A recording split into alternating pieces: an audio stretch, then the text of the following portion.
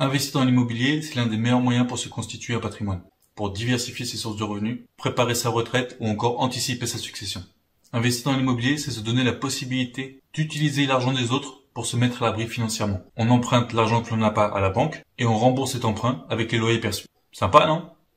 Oui, mais voilà. Qui dit argent, revenu, patrimoine, dit forcément État et fisc. Du coup, il existe un impôt sur la plus-value que vous réalisez lors de la vente. On appelle cela l'impôt sur la plus-value immobilière.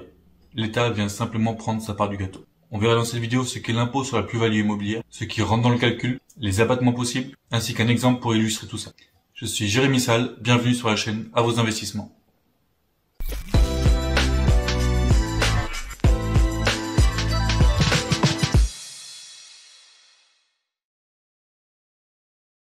Qu'est-ce qu'une plus-value immobilière et l'impôt sur la plus-value? La plus-value immobilière, c'est la différence entre le prix de vente d'un bien immobilier et son prix d'achat. Pour faire simple, si vous achetez un bien immobilier à 100 000 euros, que vous le revendez 5 ans plus tard à 150 000 euros, la plus-value immobilière sera de 150 000 moins 100 000, ce qui fait 50 000 euros. Et c'est donc sur ces 50 000 euros que vous allez payer l'impôt sur la plus-value. De votre côté, il n'y a absolument rien à faire, à part éventuellement rassembler toutes les factures et les documents liés à ce bien immobilier. Tout se passe au niveau du notaire, qui est parfois aidé par un expert comptable, qui va calculer le montant de la plus-value et prélever directement l'impôt sur la plus-value du montant de la vente. Il va ensuite reverser ce montant au fisc. En cas de moins-value, il n'y a pas d'impôt sur la plus-value à payer.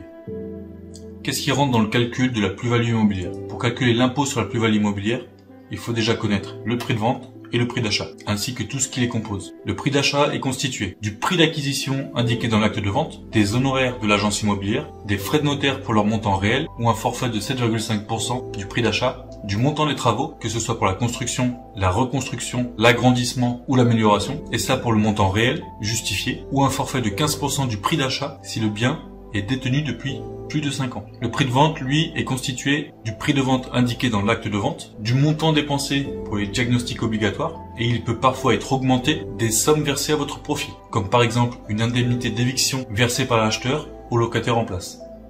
Les abattements pour durée de détention. Lorsque vous vendez un bien immobilier et que vous réalisez une plus-value, vous êtes taxé sur le montant de cette plus-value. Mais avant cela, vous bénéficiez d'abattements pour durée de détention, que ce soit au niveau de l'impôt sur le revenu ou des prélèvements sociaux. Si vous avez détenu le bien immobilier vendu moins de 5 ans, vous ne bénéficiez d'aucun abattement sur la plus-value. Vous serez alors redevable de 19% au titre de l'impôt sur le revenu et 17,2% pour les prélèvements sociaux. Par contre, vous serez totalement exonéré d'impôt sur le revenu au bout de 22 ans et de 30 ans de détention pour les prélèvements sociaux. Voyons maintenant un exemple d'impôt sur la plus-value.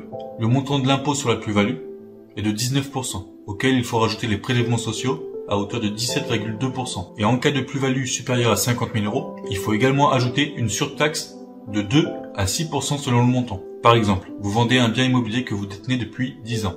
Vous aviez acheté ce bien immobilier 100 000 euros, vous aviez payé 5 000 euros d'honoraires d'agence, vous aviez également payé 7 500 euros de frais de notaire, ce qui vous fait un prix total de revient de 112 500 euros. Vous revendez ce bien 150 000 euros et vous aviez réalisé des diagnostics à hauteur de 1 000 euros. Le prix de vente retenu sera donc de 150 000 moins 1 000 euros, 149 000 euros. La plus-value sera donc de 149 000 moins 112 500, ce qui donne 36 500. Avant de payer l'impôt sur la plus-value, vous bénéficiez d'abattements pour durée de détention, puisque vous avez détenu votre bien immobilier pendant 10 ans. Au niveau de l'abattement pour l'impôt sur le revenu, vous commencez à bénéficier d'abattement à partir de la 6e année. Donc de la 6e à la 10e année, vous avez 6% par an, ce qui vous donne un abattement de 30%, soit 10 950 euros. Le revenu à déclarer est donc de 25 550 euros et l'impôt sur la plus-value à payer au titre de l'impôt sur le revenu est de 25 550 fois 19%, ce qui donne 4 855 euros. Au niveau des prélèvements sociaux, vous bénéficiez là encore de 5 années qui vous rapportent chacune un abattement de 1,65% chaque année, ce qui représente un abattement de 3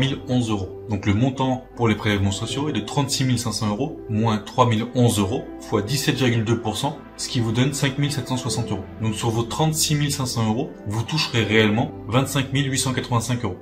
Il reste encore 2 points importants à savoir. L'impôt sur la plus-value immobilière est prélevé directement par le notaire lors de la vente. Vous n'avez donc rien à faire dans l'immédiat.